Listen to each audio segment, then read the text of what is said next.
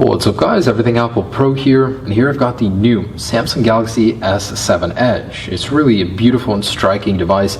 They've changed a lot of things on the outside. It's a lot curvier, smoother, and finish is different. All in all, it equals out to be quite a beautiful phone. Not only did they make it look better, but they also did add waterproofing. So we're returning to the old golden days of waterproof Samsung phones. The S5 was technically water resistant, not waterproof, but this one has a full IP68 waterproof rating, meaning it can sit in 1.5 meters of water for 30 minutes and come out just fine after taking all of your dolphin photos. So I want to put it to the test with this video. Is this thing really waterproof? Are Samsung's claims true? And as a point of reference, I've got an iPhone 6s Plus here. This thing isn't water resistant or waterproof or anything like that, but as your average smartphone nowadays, I want to see how a regular smartphone compares underwater to a Samsung Galaxy S7 Edge, which is said to be waterproof. So let's go ahead and test these phones, see how they do, if the Galaxy S7 Edge is actually waterproof. And this is just a foot of water,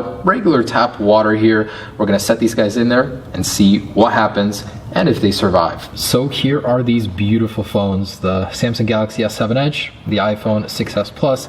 I'm not too worried about the S7 Edge. You know, the construction seems solid. It's a lot beefier as they did waterproof it from the inside out instead of just adding rubber seals around it like the S5. You know, I have good faith in Samsung. The S5, which wasn't even waterproof, did so well when I took it underwater.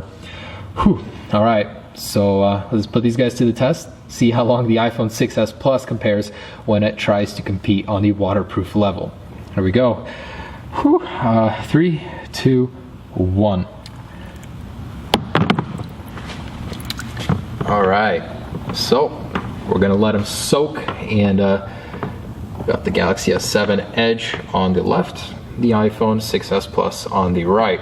Let's give them a few minutes here, and if they do survive, what I really want to see is what still works and what doesn't. A lot of people test if it survives or not, but the next day it stops working, you know, like ports stop working. And let's put this all to the test and see how they do. So Galaxy S7 Edge just connected to a network underwater.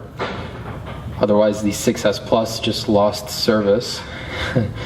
I don't know.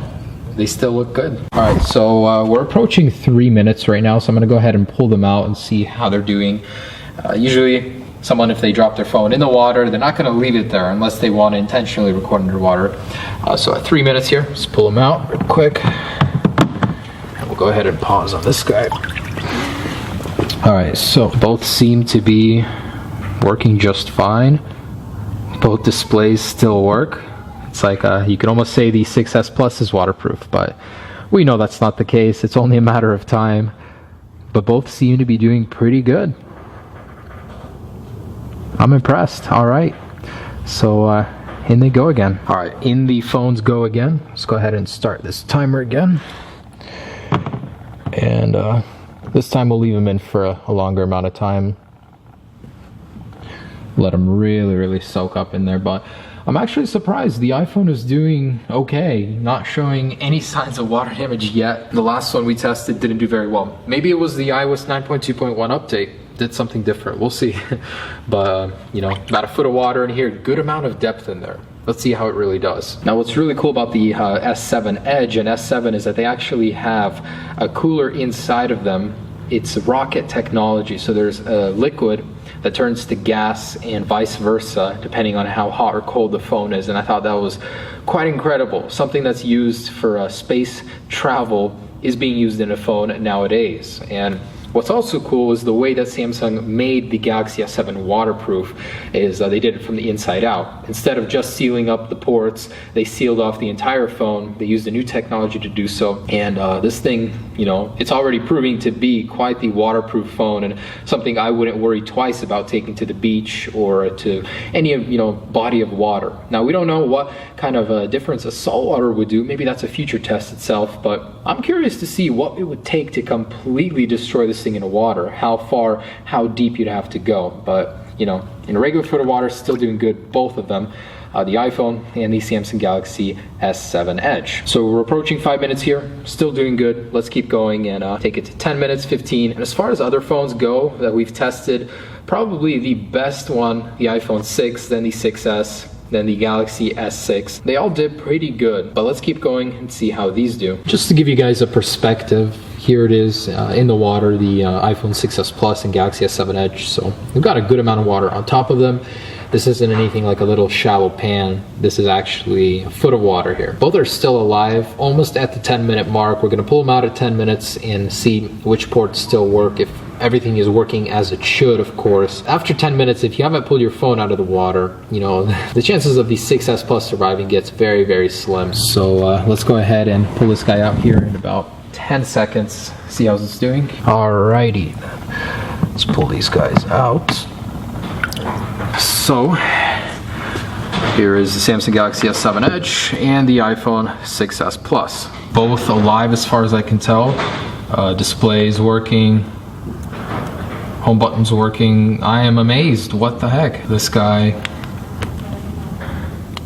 seems to be working okay. So let's test the speakers, see if we can get some audio out of them. That is really, really quiet. That is seemingly too quiet.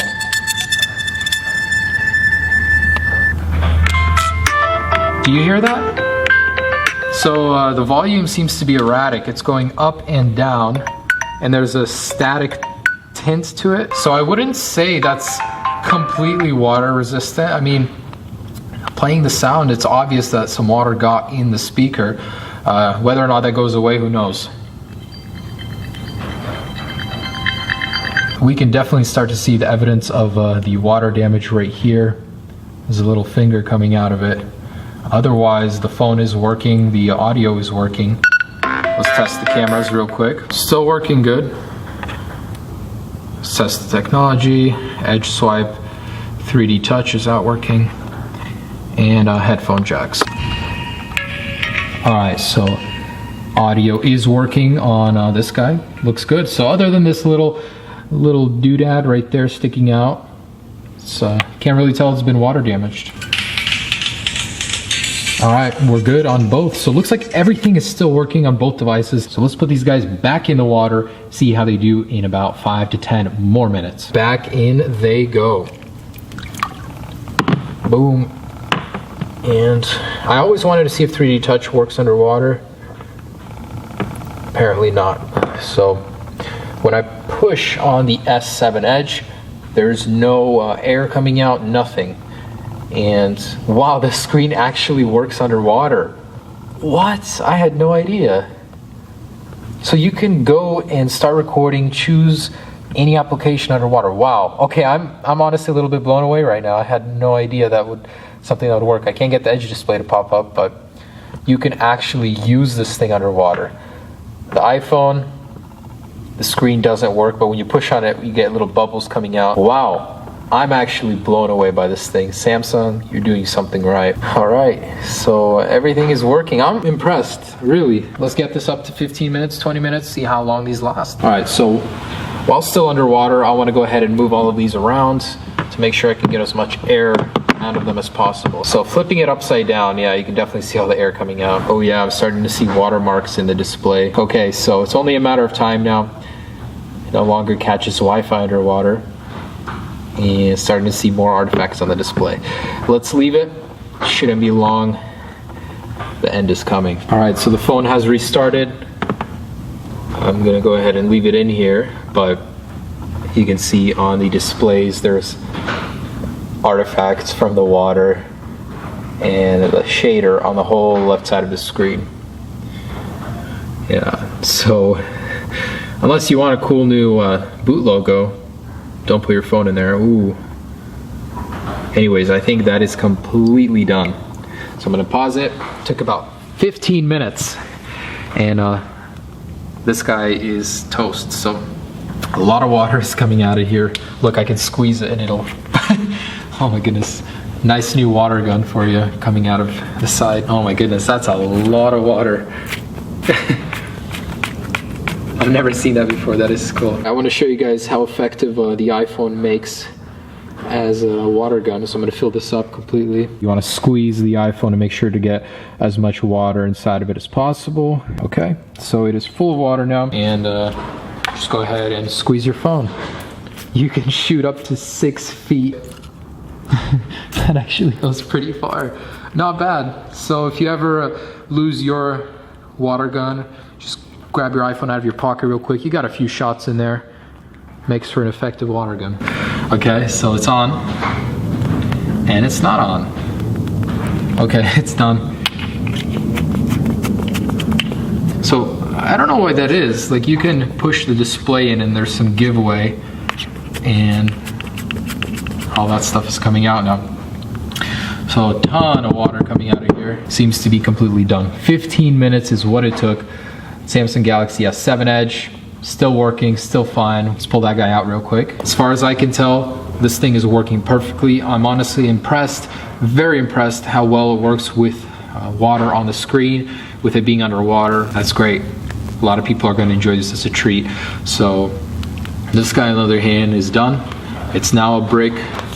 And definitely do not use your phone underwater. It cannot compare to the awesome new Samsung Galaxy S7 and S7 Edge. I really hope Apple follows in the footsteps of Samsung and goes ahead and releases the waterproof iPhone 7. The possibilities are great. Never having to worry about getting water in your phone, putting a case on it. That's something I could definitely use. So thanks so much for watching, guys. Just a fun little test to see how either one of these would do in the water. Obviously, not a good choice for the iPhone. Be sure to check out the drop test and the comparison itself. There's a lot of cool things to see about the Samsung Galaxy S7. Have a great day, guys. Peace.